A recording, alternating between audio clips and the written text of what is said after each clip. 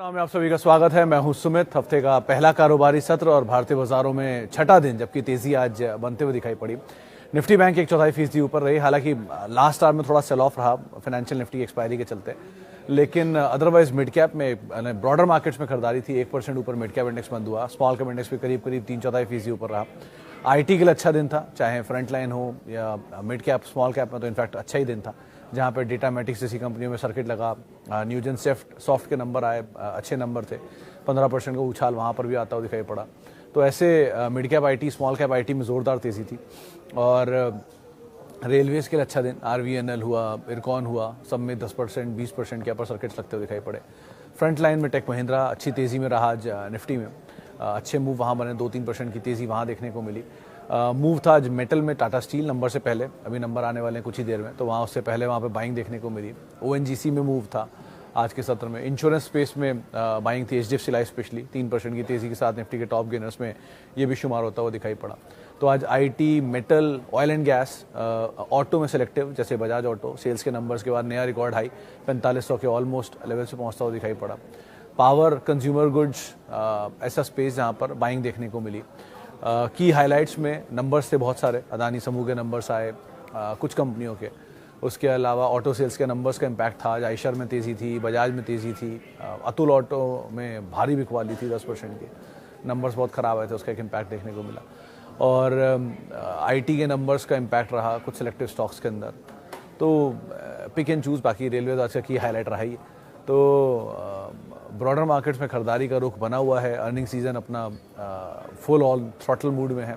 Mid cap small cap पे ज़्यादा earnings आ रहे हैं। कैश मार्केट शेयरों की अर्निंग शुरू हो चुकी है अब, तो वहाँ से अच्छी अर्निंग्स आनी शुरू हो गई है। और अदरवाइज़ भी क्योंकि हफ्ते का पहला कारोबारी सत्र था, मतलब महीने का पहला कारोबारी सत्र भी था, तब धीरे धीरे यहाँ से चीज़ें पिकअप करते हुए दिखाई पड़ेंगे। लेकिन अप्रैल बहुत शानदार रहा। लास्ट जो 2 वीक से मूड माहौल मार्केट का है वो कैरी फॉरवर्ड है। इंडेक्स को लेकर आए, आज सुबह जिन जानकारों से हमारी बातचीत हुई थी उनका कहना है कि 18,400 18,500 जो कि मेजर कॉल राइटिंग्स होना है वो दिखा सकता है। पहले 18,200 का लेवल लेकिन पार होना उसके लिए ज़रूरी है। नीचे 18,000 के जोन में पुट राइटिंग है सबसे ज़्यादा। निफ्टी बैंक के केस में 42,000 के जोन्स, 42,500, 43,000, 43,200 ये कुछ लेवल्स थे जिनको उन्होंने नज़र रखने की बात की थी। 43,000 के जोन्स के आसपास जाकर थोड़े से शायद कॉल राइटर्स काफ़ी ज़्यादा हावी हैं वहाँ पर। लेकिन अदरवाइज निफ्टी बैंक के केस में भी, दोनों ही केसेस में वैसे अंडरलाइंग जो है वो तेज़ी की ही बातचीत हो रही है। तो ब्रॉडर मार्केट्स में तेज़ी, और ब्रॉडर मार्केट्स की तेज़ी में कैरी फॉरवर्ड में जो कैश है, कैश के शेयर हैं, वहाँ पे मूव रहेगा। इनफैक्ट निफ्टी के केस में 43,500, 43,800, 44,300 ये 3 लेवल हैं जिनको आप ध्यान रखिएगा। और 43,000 के जोन्स में एक सपोर्ट के तौर पर आप देख सकते हैं। ये आज सुबह शिल्पा राउत हमारे साथ मौजूद थी, उन्होंने इन 3-4 लेवल्स के ऊपर राय रखी थी।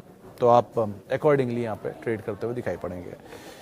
चलिए अब सीधे सवाल जवाब का सिलसिला शुरू करते हैं और कुछ सवालों को शामिल कर लेते हैं। पहला सवाल जो मेरे पास आया है,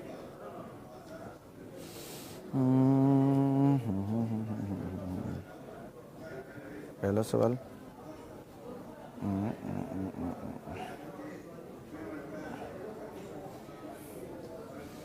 ओके, सवाल की वीडियो ही नहीं आ रही मेरे पास अभी तक। इलियास जी का सवाल आया है डी मार्ट को लेकर।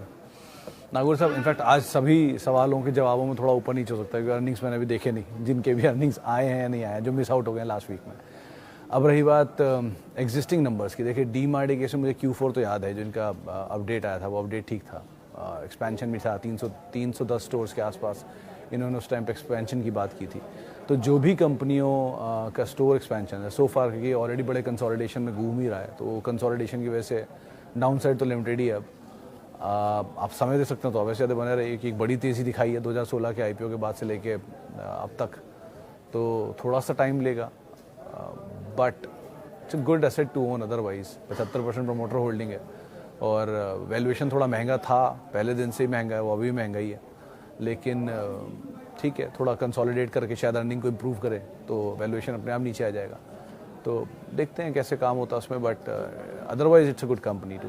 डिविडेंड इज़ क्रूशियल कि अगर वो आगे पे ऑफ होने शुरू हो जाए, क्योंकि प्रमोटर वैल्यू इंटैक्ट है, तो अगर डिविडेंड पे ऑफ भी आने लग जाएंगे तो ज़्यादा अच्छा ट्रिगर बन जाएगा।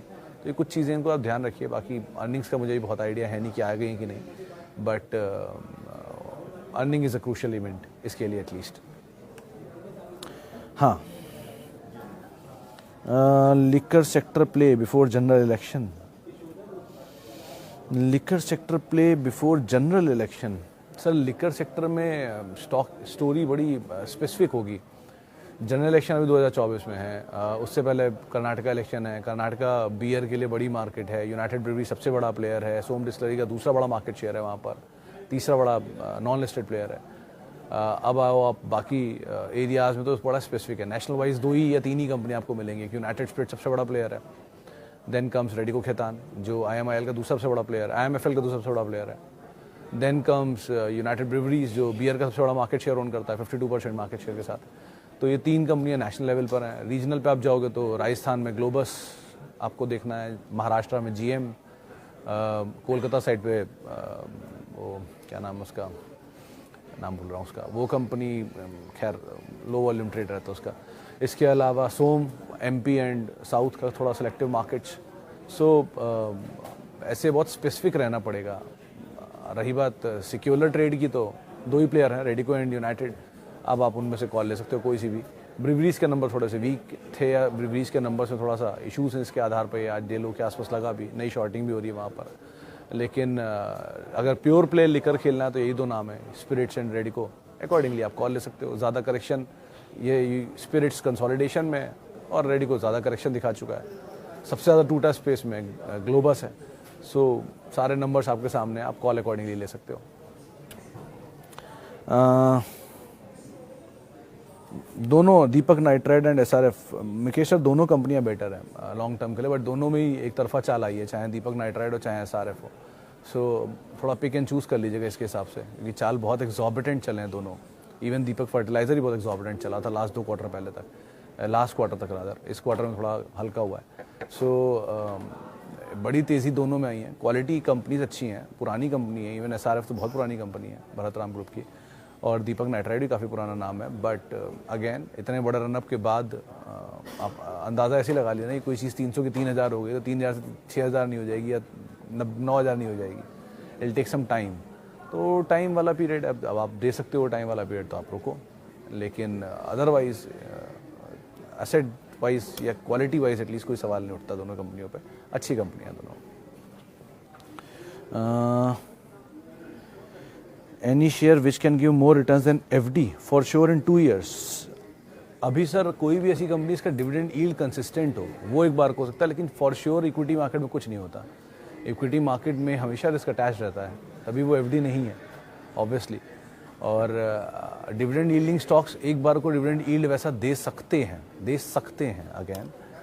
उस तरह के डिविडेंड यील्ड वाले स्टॉक आप ढूंढ रहे हो जो कंसिस्टेंट डिविडेंड पेइंग हो। जैसे कोई भी मेटल बेस्ड कंपनी जैसे वेदांता, हिंदुस्तान जिंक, ये सब कंपनियां ने एक साइक्लिकल वे में आपको डिविडेंड दिया है कि इनकी साइकिल अच्छी थी, डिविडेंड अच्छा आया।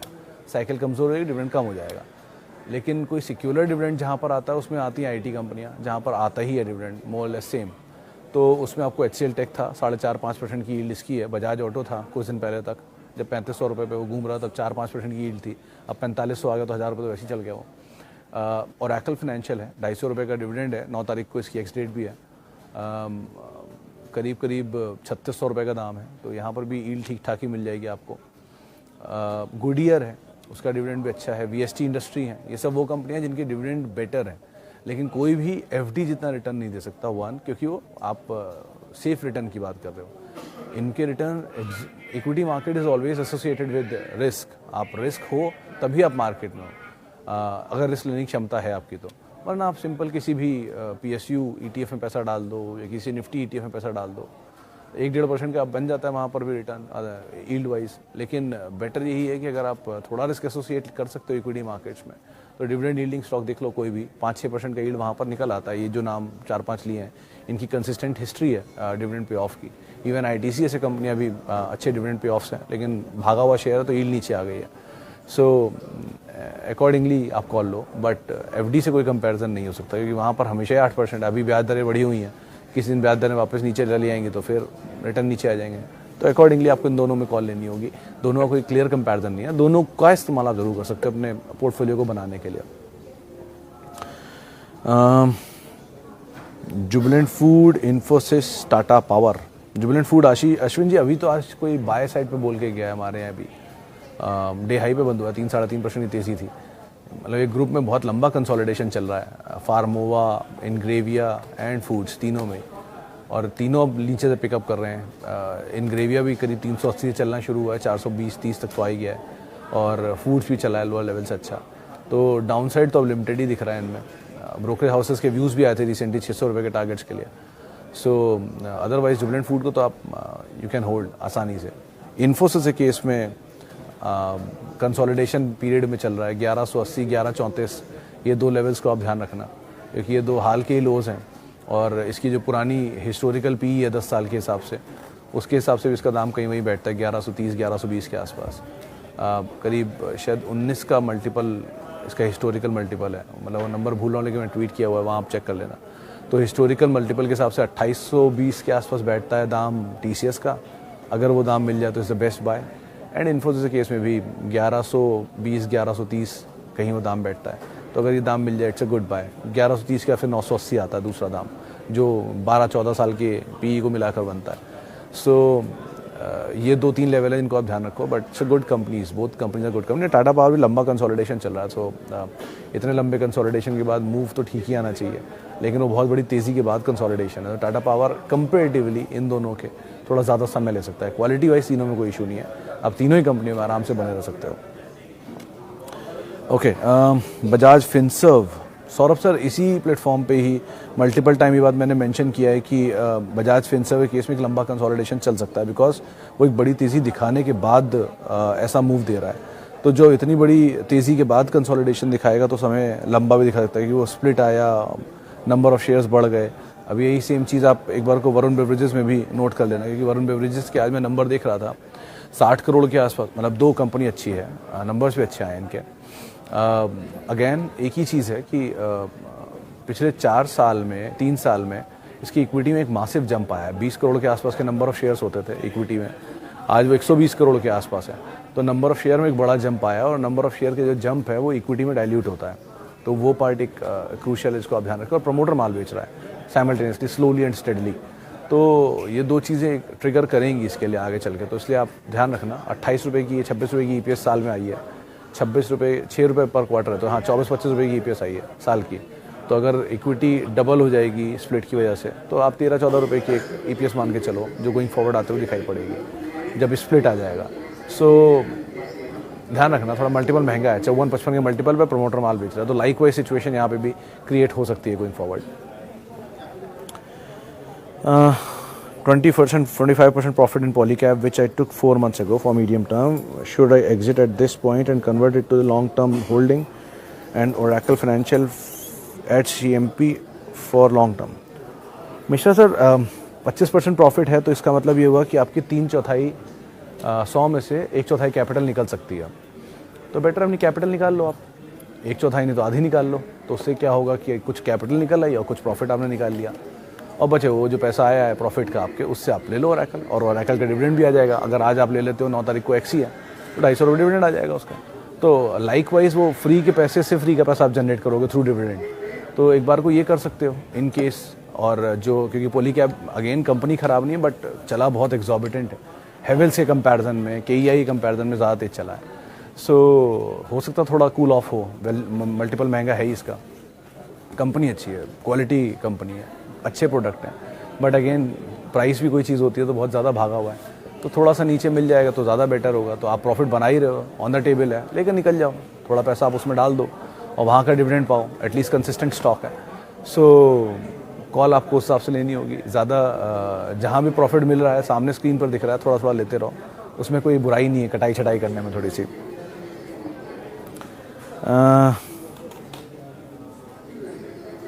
ओके, इन्फी में 8% loss, tech Mahindra Birla soft पे, टाटा मोटर में क्या करें?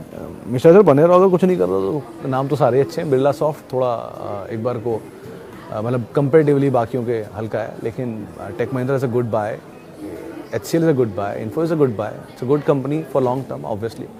और रही बात टाटा मोटर के नंबर ज़रा आप देख लेना, उसके बाद कोई कॉल लेना ज़्यादा बेटर रहेगा, एटलीस्ट बाकियों के कंपेरिजन में।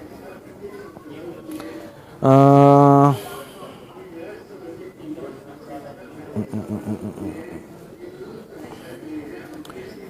पैरी and long term prospect can be buy more at current price. अगर राहुल जी अभी खरीदारी के नीचे है तो आप ये कॉल लीजिएगा, लेकिन अगर खरीदारी के ऊपर है तो आप मत लीजिएगा, क्योंकि ऊपर जाके लेना ठीक नहीं है। और वैसे भी ग्रुप के 2-3 स्टॉक हैं, 4 स्टॉक हैं, बहुत चले हैं। चाहे आप ट्यूब देख लें, कोरोमंडल भी, EID पैरी भी अब पिकअप कर गया है, CG पावर भी। तो असेट सारे अच्छे हैं, चारों के चारों बढ़िया कंपनियां हैं। ट्यूब भी, कोरोमंडल भी, EID भी और CG भी है, चारों लॉन्ग टर्म होल्ड करने लायक हैं। बट अगेन भागे बहुत हैं, तो थोड़ा सा नीचे मिल जाए तो आप आराम से ऐड करो, लेकिन बढ़ते हुए प्राइस पर ऐड करके अपनी एवरेज ख़राब मत करो, वो ज़्यादा बेटर रहेगा। एटलीस्ट उस तरह ही कॉल मत लो। और शुगर में एक कंपनी अगर आप कभी होल्ड करना चाहते हो हमेशा लायक या पोर्टफोलियो लायक, तो EID पैरी है, जिसको आप एटलीस्ट होल्ड कर सकते हो। बाकी सब सेक्टर के मोमेंटम के हिसाब से चलते हैं, ये थोड़ी फिर भी रिस्पेक्टेबल स्पेस में, क्योंकि 3-4 बिजनेस हैं शुगर के अलावा भी। पेरीवियर स्पेस के अंदर भी हैं, उसके अलावा मोलासिस में भी हैं, कोरोमंडल की होल्डिंग भी है। बहुत कुछ डिपेंड करता है इसके धंधे पर, लेकिन उनके केस में बाकी सब प्योर प्ले हैं। सो शुगर में स्टैंड लोन अगर आप जाना चाहते हो तो बाकी प्लेयर हैं, लेकिन अगर आप कोई बड़ा नाम फॉर लॉन्ग टर्म देख रहे हो तो एक बार को इसको आप समय दे सकते हो, होल्ड कर सकते हो। बट अगेन एग्जॉर्बिटेंट चला है पूरा स्पेस, सारी कंपनियां, चाहे EID पैरी हो, ट्यूब इन्वेस्टमेंट हो, कोरोमंडल हो। सो जरा पिक एंड चूज़ करके इसमें आप कहीं कॉल लेना। फ्रेश एंट्री के लिए 5 बेस्ट स्टॉक अभी जो वैल्यूएबल प्राइस पर हो, P प्राइस पे IT छोड़कर अगर कुछ सही है तो मुझे अभी देखना पड़ेगा। मतलब इस क्वार्टर का नंबर देख लूँ, उसके बाद ही कॉल दूंगा। कॉल ले सकते हैं। अभी कुछ दिन पहले तो बजाज ऑटो था, वो 3500 रुपये जब बोलता था कि देख सकते हैं 4500 हो गया, नया ऑल टाइम हाई काट गया। फार्मा IT में ही कुछ नाम दिख रहे हैं जो ठीक ठाक हैं। बाकी क्वार्टर के नंबर्स देख लीजिए, उसके बाद कुछ समझ में आएगा। HDFC लाइफ भी ठीक था कुछ दिन पहले, वो चला भी काफ़ी है, 565-45 रुपये आ गया। सो अभी आउटराइटली कुछ भी बोलना मुश्किल है। बट अगेन IT में वैसे क्या प्रॉब्लम है, वो तो पैसे बनाने मतलब है, चाहे IT बने कहीं से बने, तो अच्छे अगर स्टॉक दिख रहे हैं वहाँ पर तो आप वहीं पे भी कर लो कुछ नाम। सीमेंट में कुछ नाम एक बार को देख सकते हैं, जिसमें शायद JK का दाम 3100-3200 रुपये की रेंज में घूम रहा है, वो एक बार को ठीक नाम दिख रहा है। बट अगेन देखिए, जो भी नंबर पिक करना है क्वार्टरली नंबर आ जाने दीजिए, उसके बाद सिचुएशन पे कॉल लेना ज़्यादा ईजी होता है। ये 3 महीने के लिए तो एटलीस्ट बात टल गई। सो आउटराइटली अभी रुक जाइए, कोई नंबर का एक्सीडेंट आने दीजिए, उससे ज़्यादा क्लियर सिचुएशन हो जाएगी। तो wait and watch is the better option. हमेशा ज़रूरी नहीं कुछ ना कुछ लेते रहना। ओके, चले फिलहाल इतने सवालों को शामिल करूंगा। माफ़ी उन सभी लोगों से जिनसे आज हम बातचीत नहीं कर पाए, और बहुत बहुत शुक्रिया उन सभी लोगों का जिन्होंने सवाल पूछे। आपसे अब मुलाकात होगी कल। अंबुजा के नंबर आ गए, टाटा स्टील के आने वाले हैं। आप मेरे साथ जुड़ सकते हैं @सुमित रिसर्च मेरा ट्विटर हैंडल है। और किसी भी निवेश से पहले अपने वित्तीय सलाहकार की राय ज़रूर ले लें।